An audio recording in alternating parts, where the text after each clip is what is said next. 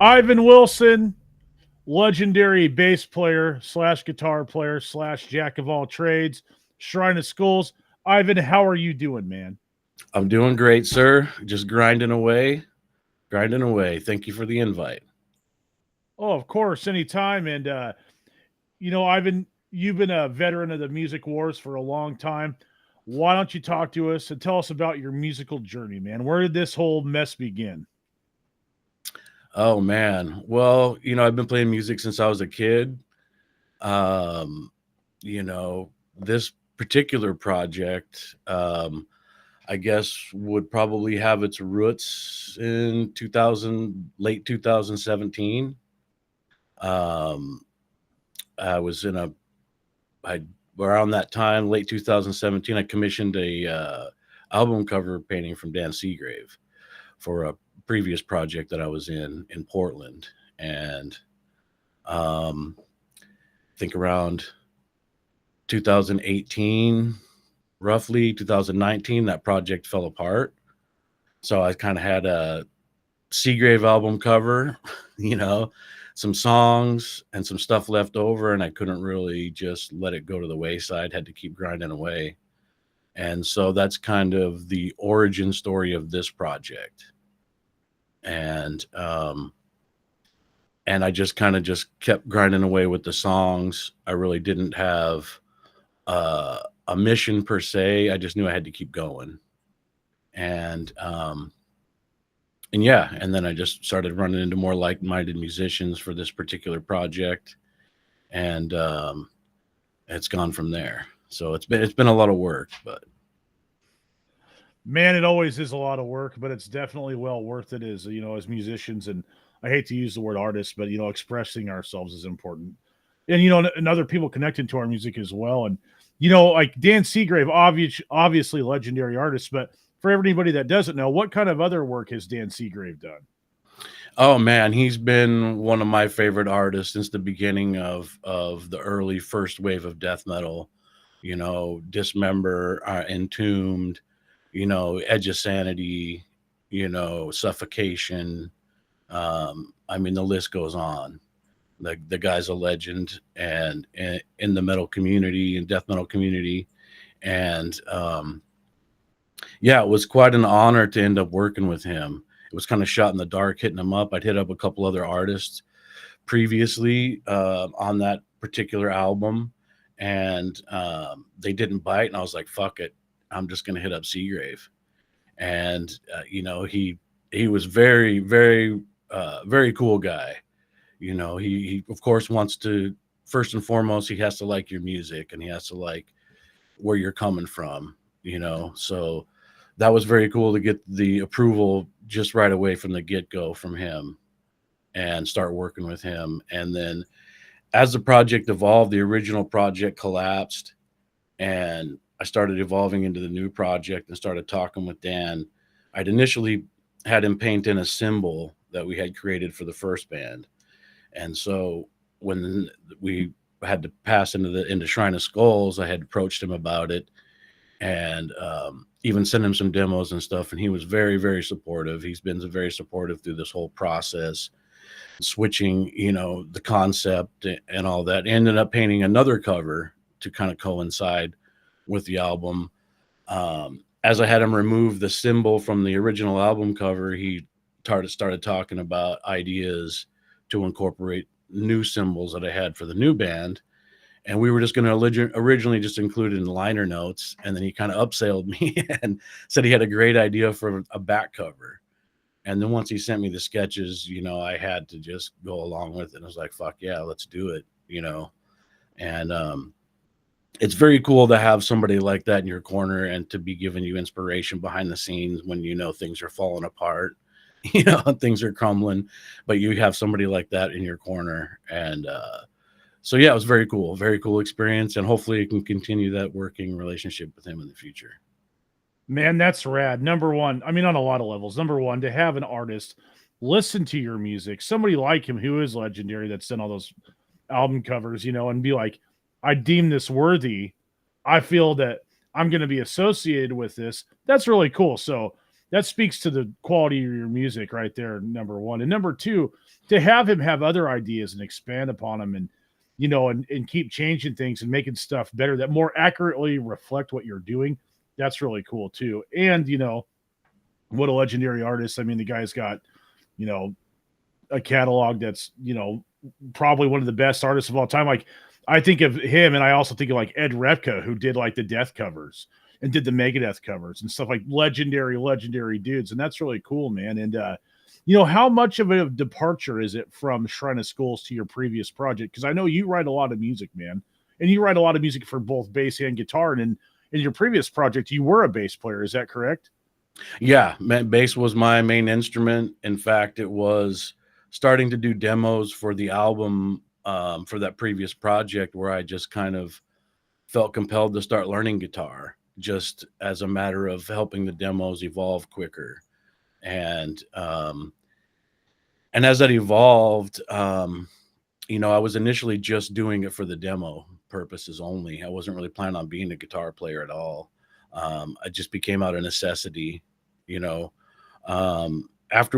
Once I realized that the previous band was not going to make it, and I was going to have to start a new project, I really started to shift my focus to guitar. And so I had 2 complete songs, probably 2 half songs, and just a handful of riffs that were already completed for the original Season of Suffering album before that fell apart.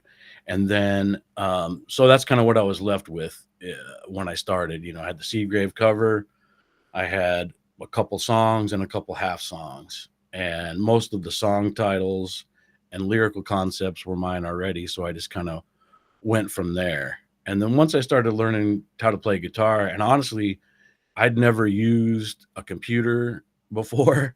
I mean, I got my first laptop in 2017. I got my first recording program in 2018. And I just started using that just to do demos for that original album. And so after that, I kind of updated, got a real computer, got Cubase, and really started to embrace the writing capabilities of using that. Previously, like, there's some riffs on our the Shrine of Skulls album that go back to the 90s, that go back to the late 90s, and just stuff that you carry with you over the years. And once I started really using computer programs and recording stuff, it really made me realize how much riffs probably are out in the ether that just got lost. And so that's one of the great things about modern technology, is just being able to, now I just have my phone right there with me, and I just record riffs as they come up, and just build a catalog of riffs, and, fall back on those later when it's time to record songs or whatnot.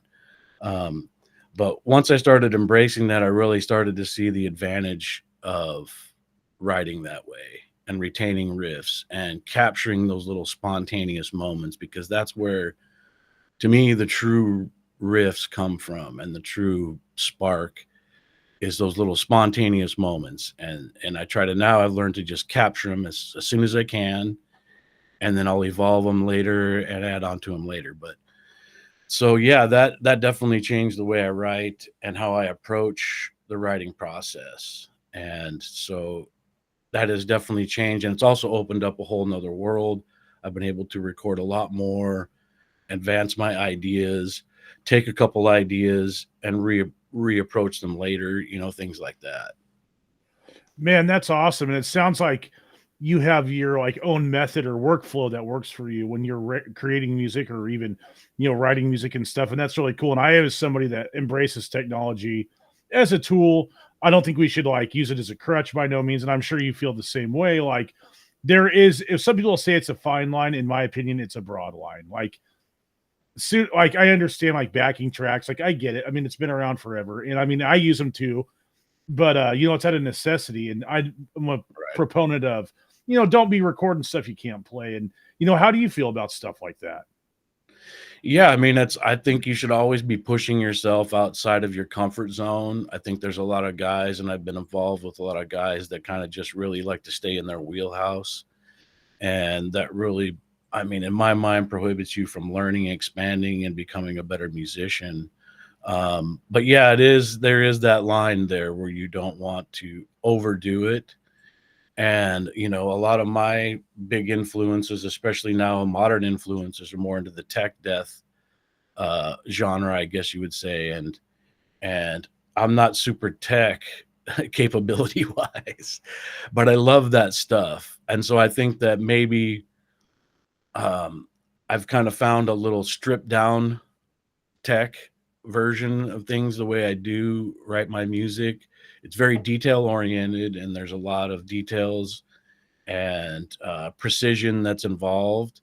But I don't go to the level of some of these other bands that I really love, these modern bands like Archspire and Zenith Passage, and some of these bands that are just like fucking unbelievable musicians and precision and stuff like that. And I appreciate that stuff. And so I try to find my little spot within all of that, coming from being influenced by early thrash up through, Chuck Schuldiner, of course, and the early death metal. And I've kind of, picked my little influences along the way, of course, like I said, the early thrash, the Bay Area thrash. Testament's still one of my favorite bands. And, that first wave of death metal, of course, Chuck Schuldiner, all of the, Florida death metal, the first wave of Swedish death metal, you know, um, Dismember and Grave and all that kind of stuff. And then, you get into later bands, just, Decapitated and Nile and these and the next, and, all the way up, like I said, into the newer, I mean, just the bands just keep coming, you know what I mean? Christian and just so many bands that have influenced me over the years. And like I said, a lot of that is text, but you got to find your little niche spot in there. And also, I don't want to overwrite stuff that is so complicated that you can't have fun playing it live. I try to find that line in there to where you still be able to pull it off live, perform it, and still be able to have fun. And, obviously there's the hard musicians out there that can just completely fucking thrash and play these insane riffs, and so yeah, it's just about finding your little spot, and what you're comfortable with. And so Yeah, absolutely, man. And like one thing is like it's kind of like wisdom. Like you've had a long journey, like a lot of us have, and even though you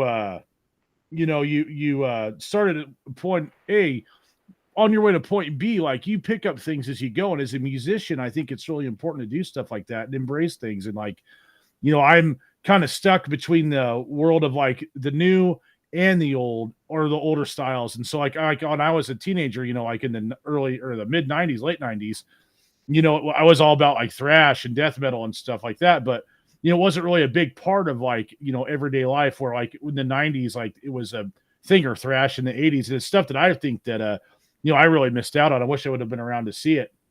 But I think it's really cool, man, that like you continue to evolve, creatively.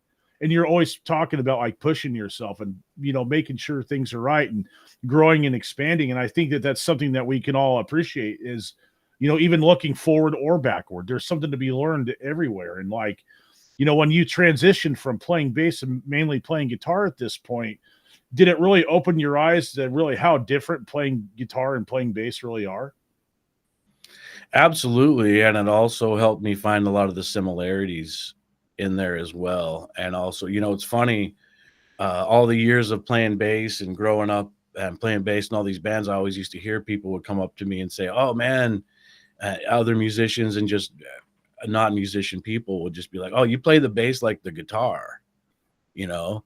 And now that I've transitioned to guitar, I hear from a lot of guitar players, "Man, you play the guitar like a bass player. Now I see why you play the way you do." And I'm not sure whether either one of those is right, you know.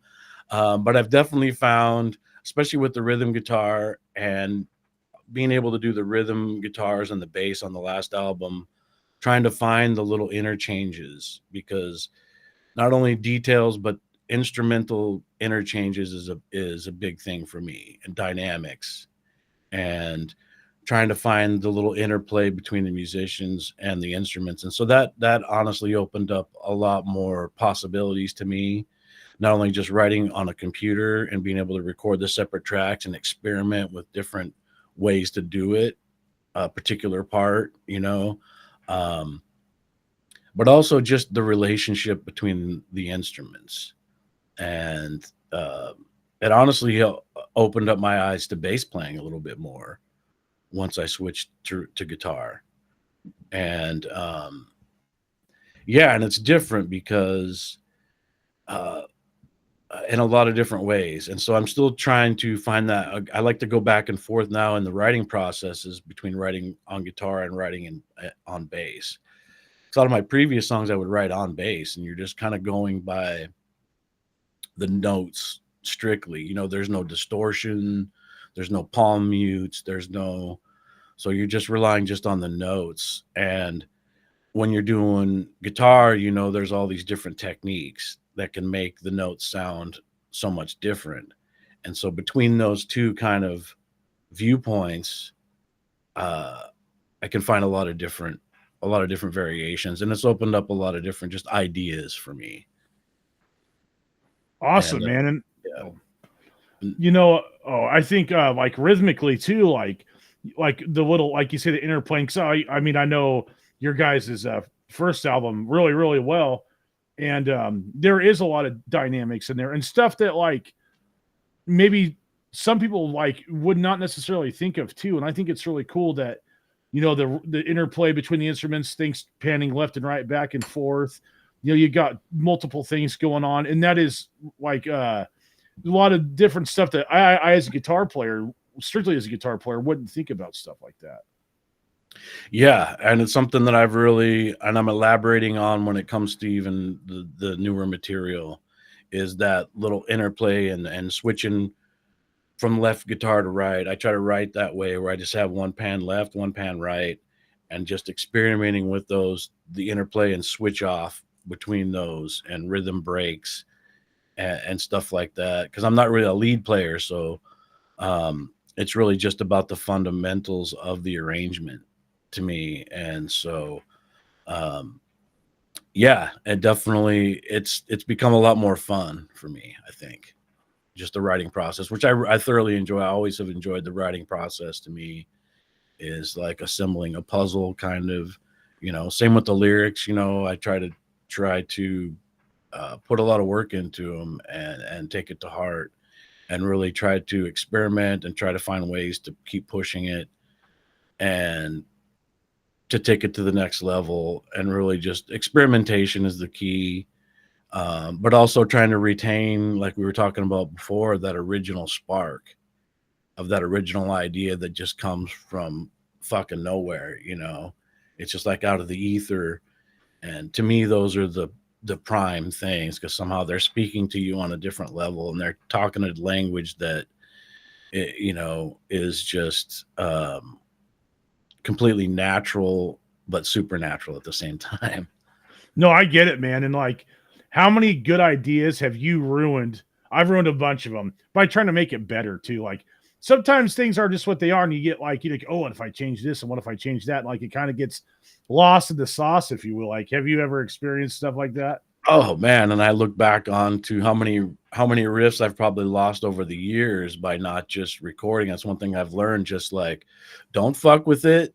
Just as soon as you come up with it, record that fucker. Get a nice recording of it, and then tinker with it later. And then you always have that, because I've done that a lot of times too. Is you come up with a cool idea and you're like, oh, that sounds cool, and you start fucking with it, and you're like, wait, what was I doing originally? And then you can't get back to that for whatever reason. And so I've really embraced that. Just record that initial idea and just get that down. And then if you want to elaborate on it, twist it, change it, do that later. Oh yeah, totally. Like I fix things until I ruin it, or make it better until I ruin it. You know what I mean? It's easy to do, because like you get excited about something, you're like, then your ambition grows, and you're like, oh, we're gonna do this and do this and this, and then you go back to listen to it, you're like, dude, I don't even remember what it was to begin with. Absolutely. Yeah. That's why I started recording the little videos and stuff. You can spend hours trying to go, oh, there's one note off there, whatever I was doing. And it's the same with lyrics, you know, and I'm one of those guys that it's never done. You know, I could continue to change shit all the time. I'm always looking at even old lyrics and going, "Oh man, that line, if I would have just switched this word over here, oh, I should have used it." You know, I'm one of those guys, so it's an always evolving, constantly changing thing, and I don't think it's ever perfect, you know what I mean? But I think that's the fun in it too. It's not supposed to be perfect, you know? No, not at all. And I mean, you could tell right away when things are perfect and too perfect. And there's some bands out there that I am a fan of where I listen to it and I'm just kind of like, man, you know what I mean? And a lot of it, I mean, obviously the weedly stuff is what everybody thinks of, but even rhythmically, like when those really, really hard edits are in there and that really staccato rhythm guitar, and it's just like so dry, like when that gate closes, it's just like, I like a dry guitar sound, don't get me wrong, but it's Yeah. just like overly like, I don't know. It just, to me, it just, it makes it, I mean, it's so, it sounds killer, but it almost, in my opinion, like ruins the effect because there's just no way things are that tight and that accurate. Like in a live setting, I mean, it just isn't like you could tell when it's quantized and you could tell when it's locked to the grid and all that kind of stuff. And I understand that like drummers live in the world where it has to be that way for the most part. And that's why what they are the athletes of death metal or music Right. because they are held to a higher standard. And I have nothing Absolutely. but respect for drummers. Hmm. They have the hardest job of them all. Absolutely. And that's why all good drummers are in really good bands is because we need them more than they need us. There's a million guitar players in the world. There's a million singers and there's a few bass players too. But, if you're a good drummer, like you could do anything, man, and have a career at it or at least do some really cool stuff. But that being said, Ivan, like when you guys were recording your album, who did the recording for you guys? Well, that's a good point that you bring that up because Juan Ortiega out at Trident Studios and out in Oakland, Bay Area, old school guy, was the vocalist in Vile back in the 90s. Great guy. I did a couple albums with my previous band with him. And that's another thing that I like about him is that he doesn't want to make it too perfect. He wants to, capture certain things and not over polish it and let it be a little imperfect. Let it be a little flawed and let it be a little open, like he doesn't, I don't know if it's something he did the whole time we recorded, but I know on this last album, we weren't doubling guitar tracks. We weren't doubling vocal tracks. You know what I mean? You got your left guitar, you got your right guitar, you do solid fucking takes of those. And then your vocals, same fucking thing. You got your highs, you got your lows, you got your mids, you do your takes of those, but you don't double any of those. It starts muddying everything up, and everybody wants to make these super thick, super, dense things, and you lose the natural airiness of the instruments. There needs to be some space in there. Things need to breathe. You need to hear the naturalness of the music. And especially with this kind of music, it's hard to capture it in the studio. And guys like Juan have figured out a way over the years to really capture the essence of it, without dampening it, overproducing it, and sterilizing it. Oh, absolutely. And you can really tell when those things are going on. And like in my opinion too, like when I listen to some bands' production, like I can hear the music, but I can't hear it. And like there's like it's just like a wall and there's like no definition. I mean, it's interesting because you're like people would say, well, the production value is really good. So you can hear it, but it's like if you sit down and try to like learn it, it's really hard to do because it's just like so dense and just so I mean it sounds killer but like at a distance it's like abstract art. Sometimes you got to back way up to see it. Sometimes you got to get super microscopically close. And it Right. just seems to me like modern production of course sounds good but it's like it's some most of the time it ends up being really muddy or being really thin and it's you kind of like lose that like the dimension to the sound, I would say. Absolutely. Absolutely. And Juan's a big fan of just bullshitting with him and hanging out with him. He's a big fan of the old, 70s, and 80s like productions, and you can really feel the band and feel the music and feel the instruments. And it's not all homogenized and just kind of, set to this needs to be EQ'd this way, this needs to be EQ'd that way. Like, he's finding the spots within the mix for everything. And so you can hear everything has its spot, but you're not choking the fucking life out of it. Oh yeah, compressing it to the nth degree and this and that or whatever. And I'm a big fan too of having just a panned hard left guitar and a panned hard right guitar too. I think it really does sound better in a sense that it sounds more open. You can really hear what's going on most of the time. Like, it's not like four guitars on one side, four on the other, and all of them are panned at like 175, 50, 25, and then it makes it hard to hear anything, and the vocals kind of get stepped on. And that's one thing about your guys' album. No, not only does it sound good, but when you told me you guys did like one track of vocals, that speaks to how clean your guys' mix is, mastering, and how well you guys really played, man. Yeah, it really does. And also it speaks honestly to the abilities of Bronson. You know, he's a pro level fucking vocalist, and this was his first real studio experience, and he really prepared. He really worked. I mean, we really did prepare for a long time. As a unit, we prepared for a solid year, and then we had a couple members dropped off, and it ended up being at one point just me and Bronson with studio time booked and very little time to prepare and find other musicians. And he didn't waver. All he did was dig in and work harder. And once we got to the studio, Juan was really impressed right away with Bronson's vocals and his take. And coming from a veteran death metal vocalist like Juan and a veteran producer like Juan, that really kind of boosted, I think, his understanding of where he actually stood as a vocalist. And it helped kind of bring out some stuff with him, and it gave him some confidence. Juan really gave him confidence. Like, yeah, you fucking got it, dude. Just, we don't need to layer all this shit and rely on backing tracks. Just, fucking belt it out. And yeah, like I said, it really speaks to his abilities, just natural abilities, and his ability to take on the mission and step up to the plate. Absolutely, dude. Because like, you can't hide in that kind of environment. What you track is what it is, and to have somebody like walk in prepared, sounds amazing. And to get the confidence boost from somebody like Juan, that's got to be nothing but good, and you're going to get a really solid performance, and everybody, and that brings everybody's morale up. Like it raises, rising tide raises all boats, as they say, and so like everybody's vibing on that, everything's good, and you're going to give your best performances. And I think that going to a studio, working with an awesome producer, somebody that knows this kind of music or whatever genre it may be that you're working on, but that's going to get the best results. And that's something that you can't get at home by yourself either. Like, that's one of the benefits of actually going to a studio and working with somebody like that. Oh, absolutely. And people gave me a lot of shit. I've relocated to the Midwest, Southwest Missouri. And so the idea of, even though I had worked with Juan previously, just the idea of going to a real studio these days, a lot of people don't appreciate.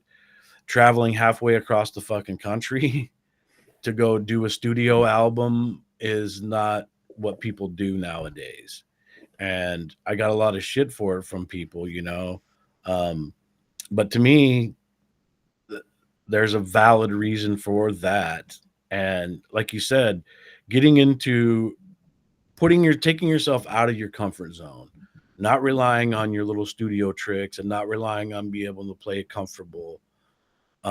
If you go in prepared, can raise you to another level. With the right producer, a guy like Juan, he's going to bring it out of you. He's going to tell you when you're fucking up. He's going to tell you, and I think there's a certain energy level that comes out of that you're not going to get in your home basement.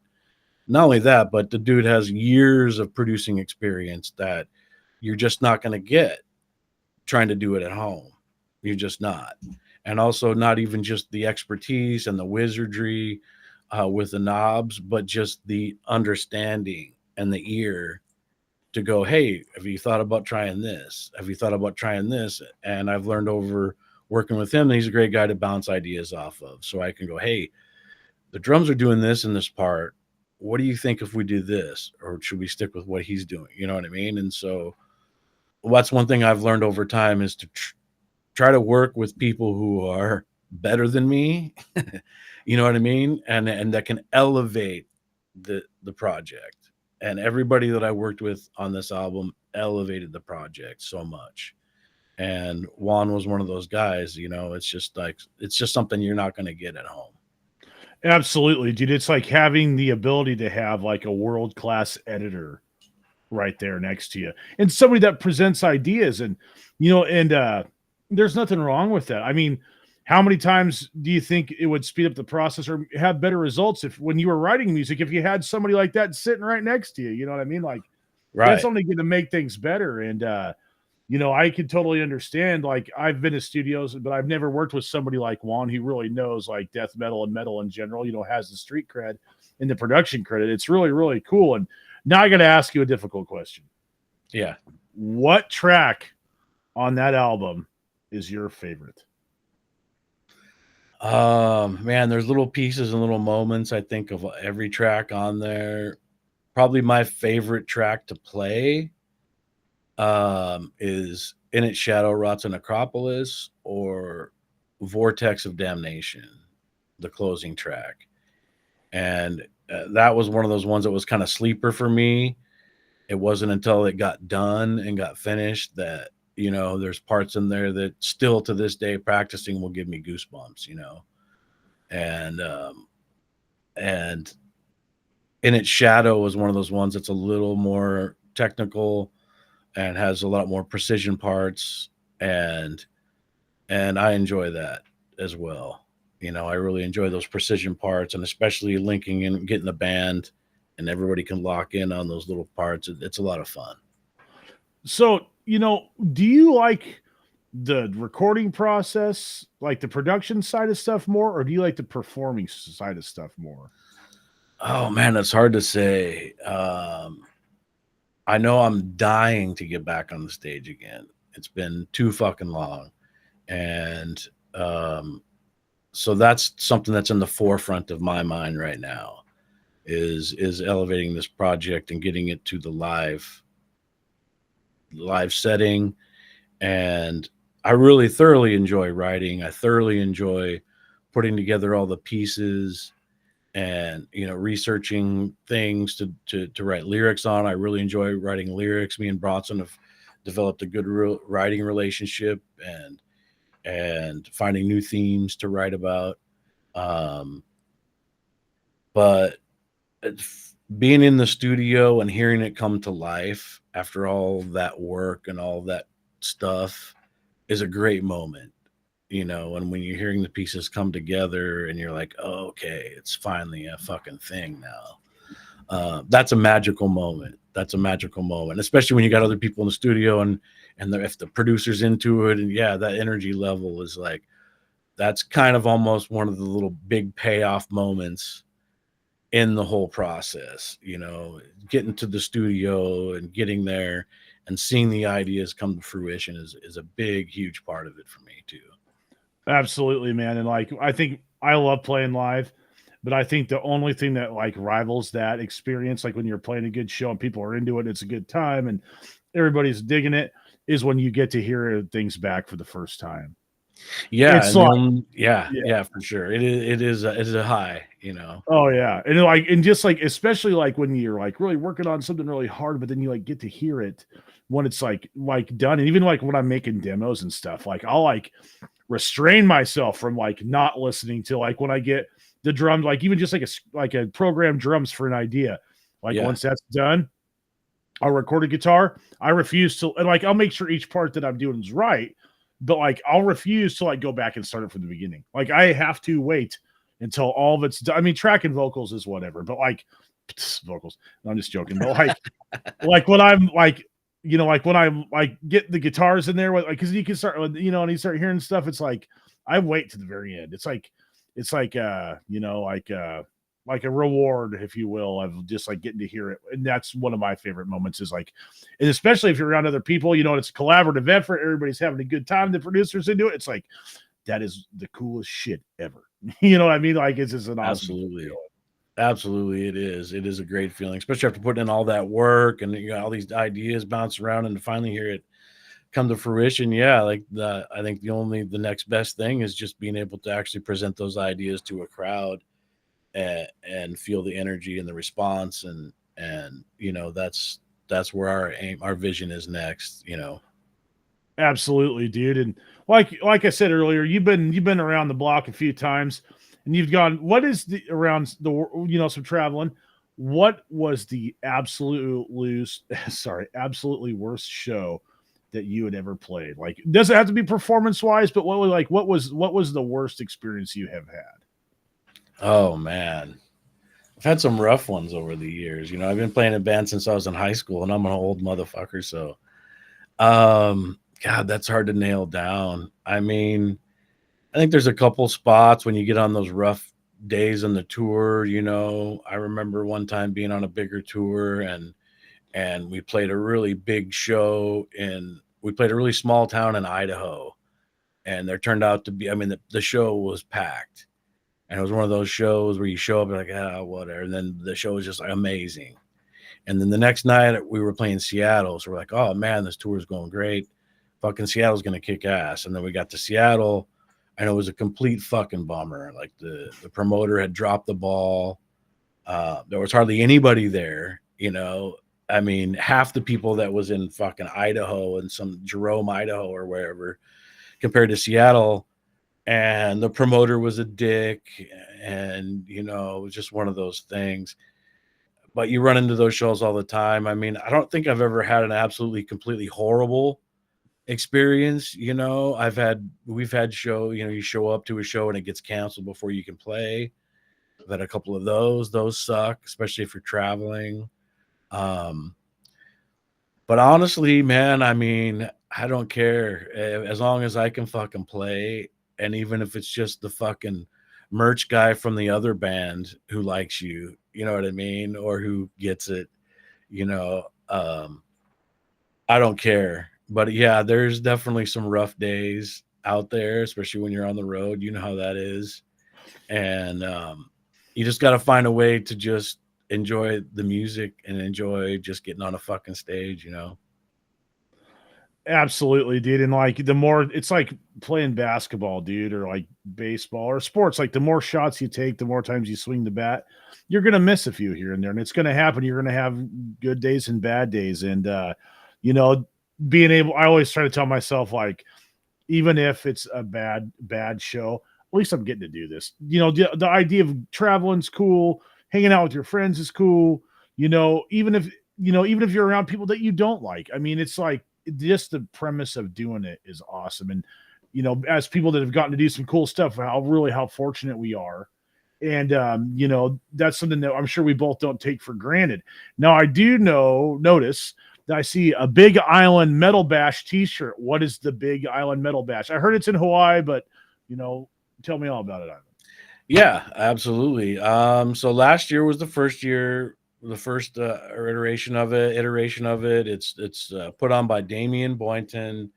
He's a great dude. He's originally from Oregon. At least that's where I met him from. I believe he's originally from the South, but it's a fledgling kind of a thing. He just started it last year, was the first time. And we were supposed to play last year actually. And we had a guitar player flake out on us there towards the end, right before the show. So he was cool enough to add us on to this year's bill. And this year's going to be even better. It's October 11th and 12th in Hilo, Hawaii, on the Big Island in Hawaii. We got Pessimist and Unmerciful are the two main headliners. It's a 2-day event. We'll be playing the first day. And luckily, we will be joined by you on lead guitars. And we'll have Tim Cawley playing drums with us. We'll have Jordan Kelso playing bass with us. And this will be the first show with you, which we've already discussed you working on future music with us as well. So hopefully this is the first of a good string of stuff. So I won't let you down, man, or I won't embarrass you either. It'll be fun, oh, and yeah, I'm looking forward to it, dude. I really am. And like, I'm a fan. Number one, before we had even talked about joining forces, like, I was a fan of your guys' music, and a mutual friend of ours had told me all about it, and he actually got some of it before everybody else. Like, he had heard it, and I was like, "Wow, this is really freaking cool." So I'm grateful that you reached out to me, man, and I'm looking forward to it too. You know, playing the old stuff live, working on new stuff. So we'll definitely be kicking some ass and taking some names. And I'm excited, dude. And that is going to be a great show. And I was playing stupid, believe it or not. yeah, No, no, it's gonna be great, man. Damien's a great dude. He's really trying to get Hawaii on the map as far as metal shows. A lot of tours don't go out there, for obvious reasons. But also, people don't realize that since bands don't play out there, the kids don't get to see right. metal. You know what I mean? And so, just seeing last year how much the local scene enjoyed it, was blown away by the fact that it was actually there. I mean, you got to think about what it would be like to be a kid there. It'd be just a kid growing up in Alaska or somewhere. Like, Totally. you got to go to the mainland to see a good metal show, and that's a shame. So Damien's making a lot of headway and trying to get that going. I know there's also another metal fest that happens in Maui that's happened a couple of years. And so, yeah, they're really trying to develop a scene out there and get metal to the kids out there. And I mean, what's better than death metal in paradise, man? You know? Absolutely nothing, dude. Absolutely nothing. And you got a captive audience, like you're saying, dude. So they're going to be excited. Everybody's going to be like, this is awesome. It's Hawaii. You don't need a passport. You got a real ID. You can make it. You know what I mean? Like, it's going to Absolutely. be, it's going to be fun. And like, as a kid that grew up in a really small town, like, I mean, it wasn't a, 6 hour flight from the continental United States, but, a Yeah, 3 hour drive one way over the hill was still a big deal. So I can only imagine how it is, getting to see live music like that.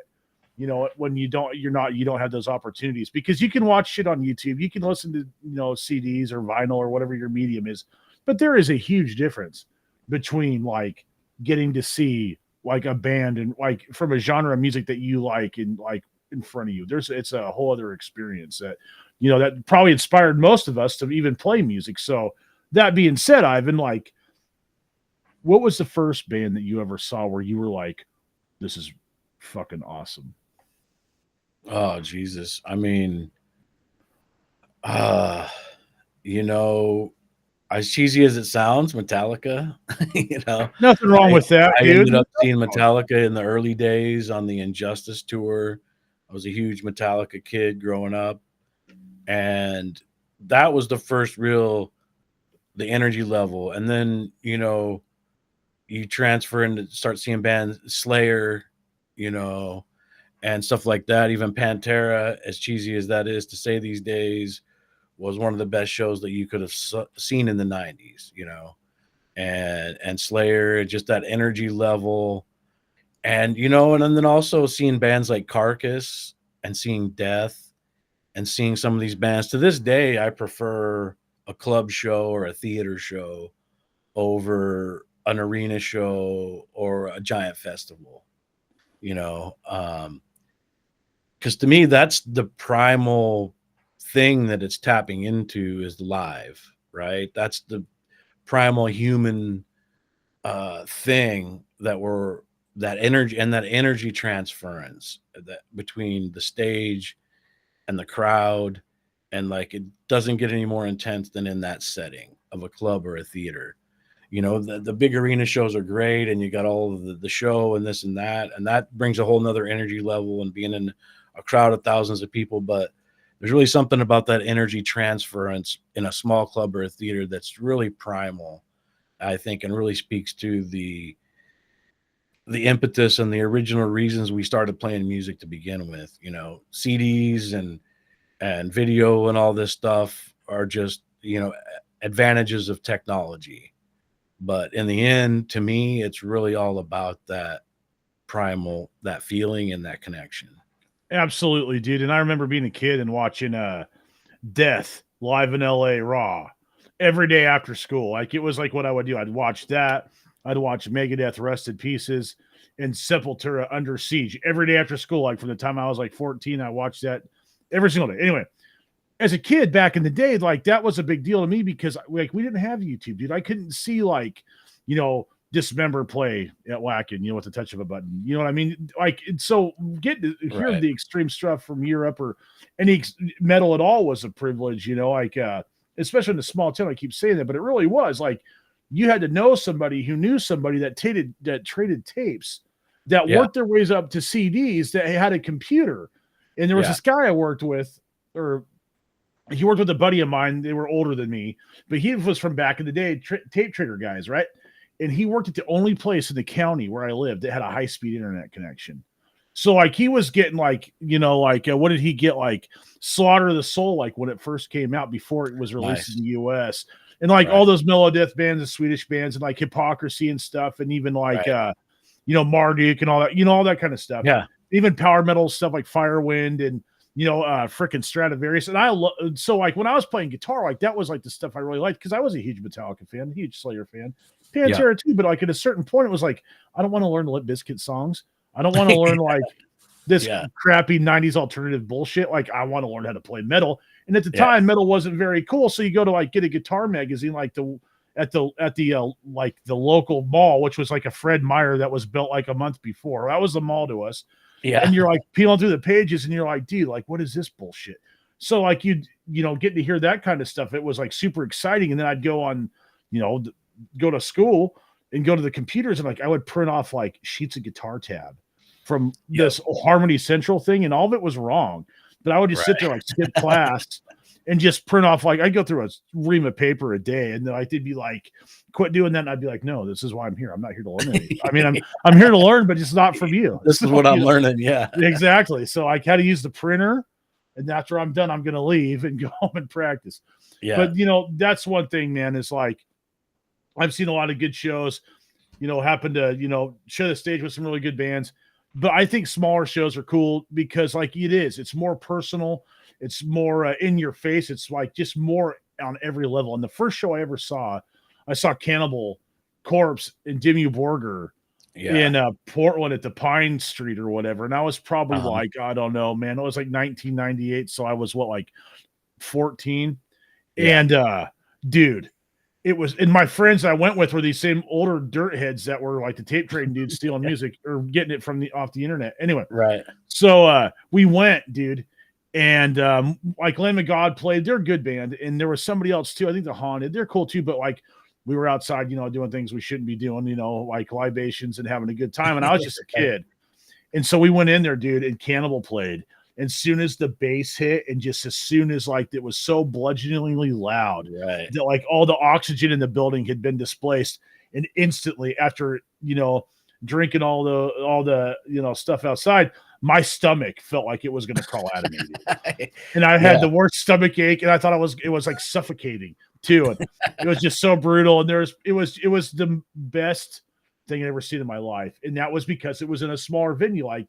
I've seen like, arena shows like Iron Maiden and stuff, seen it really cool. I've seen King Diamond and like, bigger theaters that hold. Yeah, you can't beat those shows either. But. No, they're cool. But dude, there's nothing like, something like the exchange of energy and information of somebody like you can like feel the intensity. And that's something absolutely you cannot get in an arena. That is something you cannot get in a freaking YouTube video. And you don't want to use pyro in a freaking club because like Great White found out the hard way. But I'd rather leave the pyrotechnics at home and just be able to feel the wind or the force of the singer, or like screaming at you like in your face like that.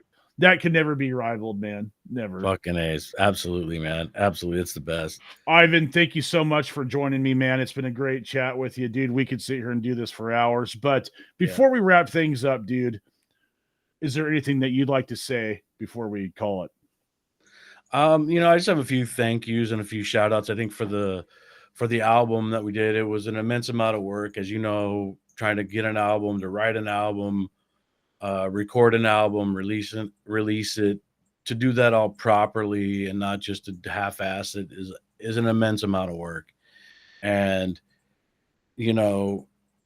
everybody, I feel like I'm the least important person part of this project, because without everybody that it was involved with, it wouldn't be what it turned out to be. And Nick, who's the keyboard, did all the keys and intros, an amazing musician. He's out of the Washington, Oregon area. Nick Super Chai.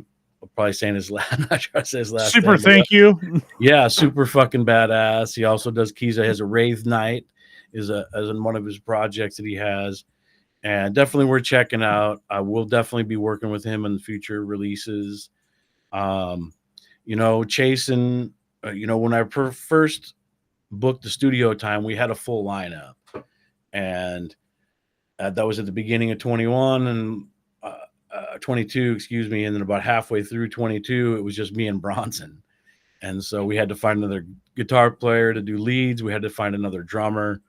Went through a long list of drummers. We finally found Chasen Westmoreland, who's experience in his list of albums he's done speaks for itself. His ability speaks for itself. A badass dude stepped in and really saved our ass on this album. He really did. Without him, we wouldn't have been able to do it. And he fucking kicked ass. Absolutely. And then, we had Scott Snow ended up stepping in to do the leads. Originally, he was just the guy setting up our guitars for us before the studio. He's a amazing guitarist in his own right, obviously, as you can hear on the album. And, just loves guitars, loves messing with guitars. He's, in fact, getting ready to start his own line of guitars coming up in the future. And he just stepped in. He heard that we lost our lead guitarist right before the album. It's like, hey, man, I'll do it.